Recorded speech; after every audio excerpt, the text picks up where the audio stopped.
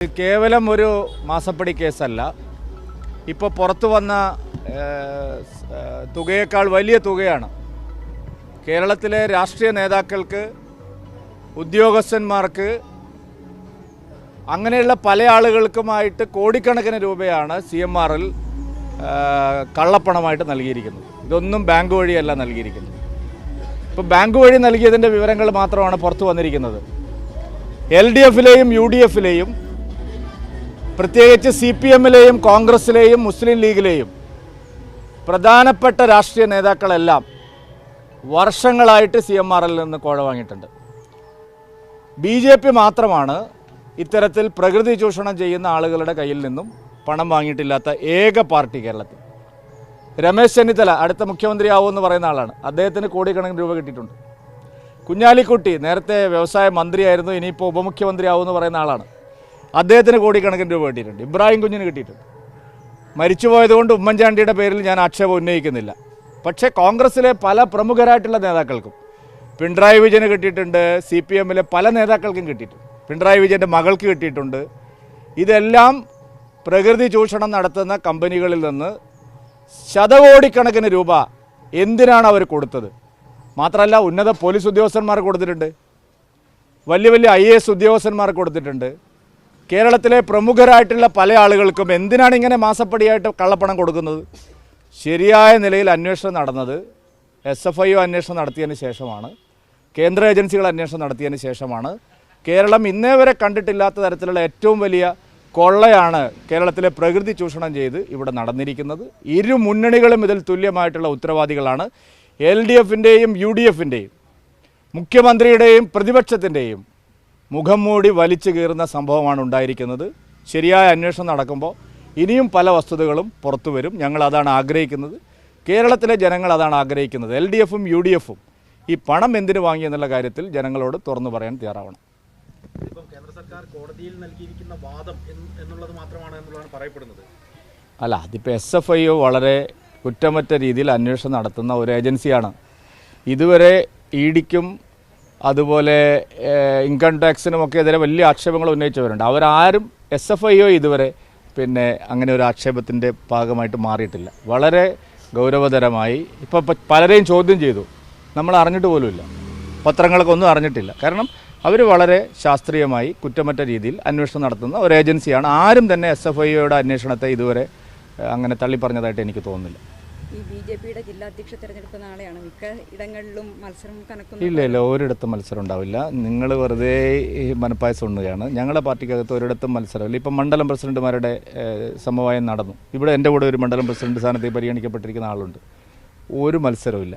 ഞങ്ങളെല്ലാവരും ഒരുമിച്ചിരുന്ന് വളരെ സൗഹാർദ്ദപരമായ അന്തരീക്ഷത്തിൽ പാർട്ടിയുടെ മണ്ഡലം, ജില്ലാ, സംസ്ഥാന ഘടകങ്ങളെ സംബന്ധിച്ച് വ്യക്തമായിട്ടുള്ള ധാരണയുടെ അടിസ്ഥാനത്തിലാണ് പോകുന്നത്. നിങ്ങൾ ആളുകളെ ഒരു ദിവസം ഒരാൾ കോട്ടയത്തേക്ക് പോയ ഉടനെ പറയുക ഒരാൾ പ്രസിഡന്റ് ആവാൻ ഡൽഹിയിലേക്ക് പോകുന്നു. ഇതൊക്കെ നിങ്ങൾ എത്ര കാലമായിട്ട് തുടങ്ങിയിട്ടുണ്ട്? BJPയെ സംബന്ധിച്ചിടത്തോളം അതിനൊരു വ്യവസ്ഥാപിതമായ മാർഗമുണ്ട്.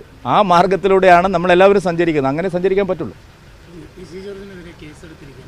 അല്ല, അദ്ദേഹം അതിനെ സംബന്ധിച്ച് അങ്ങനെ ഒരു പരാമർശം നടത്തിയതിനെ സംബന്ധിച്ച് ഇമ്മീഡിയറ്റ് അദ്ദേഹം അതിന് ക്ലാരിഫിക്കേഷൻ കൊടുത്തു. മാത്രമല്ല, നിരുപാധികം അദ്ദേഹം മാപ്പ് പറഞ്ഞു. പിന്നെയും അദ്ദേഹത്തെ വേട്ടയാടുന്നത് രാഷ്ട്രീയ ഉദ്ദേശത്തോടു കൂടിയല്ല. ഇതിനു മുമ്പ് പല ആളുകൾ ഇവിടെ എത്ര ഉസ്താദുമാർ എന്തെല്ലാം പറഞ്ഞു. നമ്മളെ ഈ മുജാഹിദ് ബാലുശ്ശേരി ഇവിടെ ഈ നാട്ടിലാണ്. നിങ്ങൾ കണ്ണു തുറന്നൊന്ന് കാണണം. എത്ര മ്ലേച്ഛമായ രീതിയിലാണ് ഇവിടെ അദ്ദേഹം പ്രസംഗിച്ചത്. അദ്ദേഹത്തിനെതിരെ എന്ത് നടപടിയാണ് ഉണ്ടായത്? അപ്പോൾ ഇത് അദ്ദേഹത്തിനൊരു നാക്കുപിഴയോ അല്ലെങ്കിൽ ഒരു പിഴവോ സംഭവിച്ചു. അദ്ദേഹം ഉടനെ തന്നെ നിരുപാധികം അക്കാര്യത്തിൽ ക്ഷമ ചോദിച്ചു കേരള സമൂഹത്തോട്. പിന്നെയും അദ്ദേഹത്തെ പിടിക്കുക എന്ന് പറഞ്ഞാൽ അത് നടക്കുന്ന കാര്യമല്ല.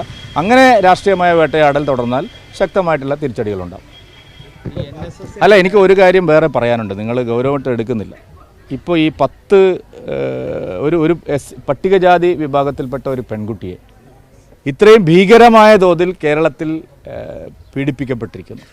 വർഷങ്ങളോളം കൊണ്ടു നടന്ന് ഉന്നതരായിട്ടുള്ള വ്യക്തികൾ അത് അവരെ പീഡിപ്പിച്ചിരിക്കുകയാണ്. ഇത് കേരളത്തിലാണ് നടക്കുന്നത്. മുഖ്യമന്ത്രി എപ്പോഴും ഇത് നമ്പർ 1 ആണ്. ഇവിടെ സ്ത്രീ സുരക്ഷയുടെ കാര്യത്തിൽ അങ്ങനെയാണ്, ഞങ്ങൾ ഇപ്പോൾ ബോച്ചയെ പിടിച്ചു എന്നൊക്കെ പറയുന്ന ആൾക്കാരുണ്ടല്ലോ. എവിടെയായിരുന്നു കേരളത്തിലെ അന്വേഷണ ഏജൻസികൾ? ഇത് ദേശീയ വനിതാ കമ്മീഷനും പ്രധാനമന്ത്രിയുടെ ഓഫീസുമൊക്കെ അറിഞ്ഞതിന് ശേഷമാണ് കേരള പോലീസ് അറിഞ്ഞത്. എന്നിട്ടിപ്പോൾ ഒരു നാടകം കളിക്കുകയാണ് അവർ. ഇത്രയും ഗുരുതരമായ തോതിൽ പെൺകുട്ടികൾക്ക്, അതും ദളിത് പെൺകുട്ടികൾക്ക്, പട്ടികജാതി വിഭാഗത്തിൽപ്പെട്ട പെൺകുട്ടികൾക്ക് നേരെ നടക്കുന്ന പീഡനം നമ്മുടെ കേരളത്തിലാണ് നടക്കുന്നത്. ഇത്രയധികം ക്രൈമും ഇത്രയധികം സ്ത്രീ പീഡനങ്ങൾ നടക്കുന്ന മറ്റൊരു സ്റ്റേറ്റ് ഇല്ല എന്നുള്ളതാണ് വളരെ ഗൗരവതരമായിട്ടുള്ള വിഷയമാണ്. എല്ലാവരും ഈ കാര്യത്തിൽ വേണ്ടത്ര ഒരു കൺസേൺ എടുക്കുന്നില്ല എന്നാണ് ഞങ്ങളുടെ ഒപ്പീനിയൻ. കോൺഗ്രസിൽ ഇപ്പോൾ 6 മുഖ്യമന്ത്രി സ്ഥാനാർത്ഥികളാണ്. ഒന്ന് പ്രതിപക്ഷ നേതാവ്, നിലവിലെ പ്രതിപക്ഷ നേതാവ് വി ഡി സതീശൻ. പിന്നെ പ്രതിപക്ഷ നേതാവ് സ്ഥാനം ഒഴിഞ്ഞ് ഇപ്പോൾ വീണ്ടും മുഖ്യമന്ത്രിയാവുമെന്ന് പറയുന്ന ചെന്നിത്തല. PCCയുടെ അധ്യക്ഷൻ കെ സുധാകരൻ. മുരളീധരൻ പറയുന്നത് ഏതെങ്കിലും സമുദായ സംഘടനകൾ വിചാരിച്ചാൽ ആരും മുഖ്യമന്ത്രിയാവില്ല. അപ്പോൾ മുഖ്യമന്ത്രി സ്ഥാനാർത്ഥി മുരളീധരൻ. നമ്മുടെ ഇദ്ദേഹം തിരുവനന്തപുരം MP ശശി തരൂർ, അദ്ദേഹം മുഖ്യമന്ത്രി സ്ഥാനാർത്ഥിയാണ്. 6 മുഖ്യമന്ത്രിമാരെ വെച്ച് തെരഞ്ഞെടുപ്പിന് 1.5 കൊല്ലം മുമ്പേ കോൺഗ്രസ് പോയാൽ എന്തായിരിക്കും കോൺഗ്രസിൻ്റെ അവസ്ഥ എന്നുള്ളത് ജനങ്ങൾ കാണുകയാണ്. കഴിഞ്ഞ തവണ കോൺഗ്രസ് 2 മുഖ്യമന്ത്രിമാരെ വെച്ചാണ് പോയത്. ചെന്നിത്തല പറഞ്ഞു ഞാനായിരിക്കും മുഖ്യമന്ത്രി, പിന്നെ ഉമ്മൻചാണ്ടി പറഞ്ഞു ഞാൻ തന്നെ മുഖ്യമന്ത്രി. അവസാനം പിണറായി വിജയനെ നമ്മൾ കേരളത്തിലെ ജനങ്ങൾ വീണ്ടും പേരേണ്ട ഗതി വന്നു. ഇപ്പോൾ 6 പേരാണ് മുഖ്യമന്ത്രി സ്ഥാനാർത്ഥി. അതുകൊണ്ട് സമുദായ സംഘടനകൾ എന്ത് പരിശ്രമിച്ചിട്ടും കാര്യമില്ല. കോൺഗ്രസിലെ മുഖ്യമന്ത്രി തർക്കം UDFൻ്റെ വിനാശത്തിലേക്ക് പോവുള്ളൂ. മാത്രമല്ല UDFന് ഇനി കേരളത്തെ നയിക്കാൻ സാധിക്കില്ല എന്നുള്ളത് വളരെ കൃത്യമാണ്.